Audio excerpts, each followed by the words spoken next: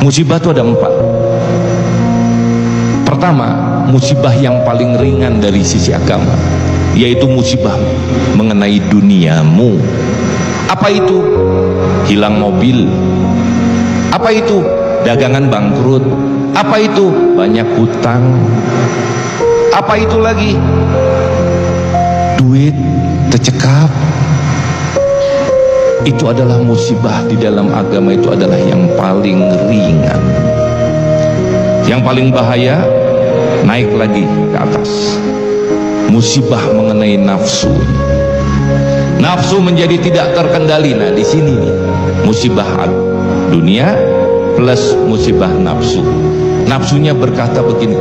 Nafsu itu keinginan, hasrat yang terus berguncang, pengen kaya, pengen dipuji, pengen diaktualisasi diri, pengen ini, pengen itu, pengennya banyak, sehingga tidak pernah bersyukur akan karunia Allah Subhanahu wa ta'ala, sehingga keinginannya itu tidak bisa terkendali. Muncullah dari itu nafsu-nafsu yang buruk, nafsu amarah, nafsu syahwat, perbuatan zina, perbuatan serakah, tidak bersyukur, tidak pernah merasa cukup. Itu karena musibah mengenai nafsu. Naik lagi nih, orang gagal fokus tadi menjadi musibah akal. Akalnya mulai berpikir, aduh duit gak cukup, ini gak cukup. Ya Allah, saya udah kerja keras banting tulang, saya berdoa kepadamu ya Allah dari pagi sampai malam, tetap aja jadi orang miskin. Karena menganggap bahwa musibah dunia itu adalah yang paling besar, akhirnya menjadi orang yang putus asa dari rahmat Allah. Harus ngerti, kalau kita udah ngaji gini, emangnya dengan sholat kamu, dengan ngaji kamu jadi kaya? Karena ketaatanmu kemudian kamu jadi kaya? Enggak begitu. Taat mah untuk Allah, semuanya untuk Allah. Ilahi anta maksudi waridoka matlubi a'tini mahabbataka wa ma'rifataka ya arhamar rahimin.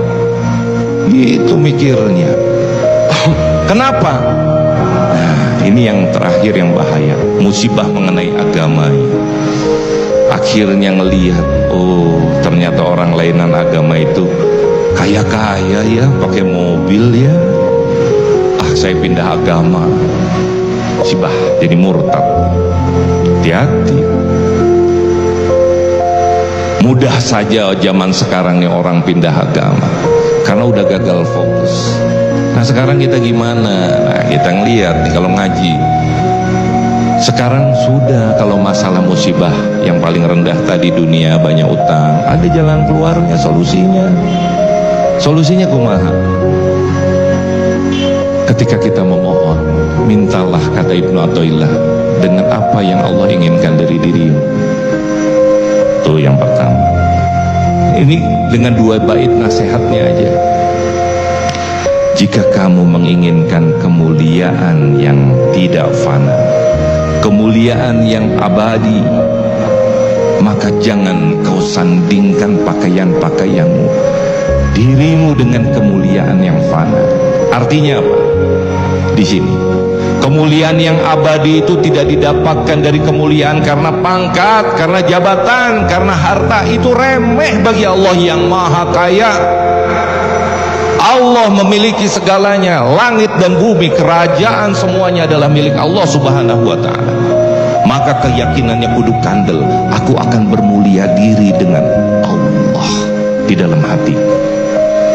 Ketika hati ini sudah ada Allah di dalamnya, maka dia akan mulia dan berkata, Allah, aku menerima segala sesuatu yang kau putuskan.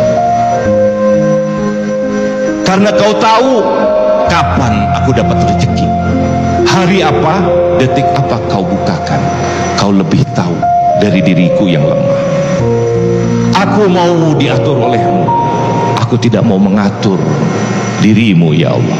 Gitu. Akhirnya ridho pada ketetapan Allah.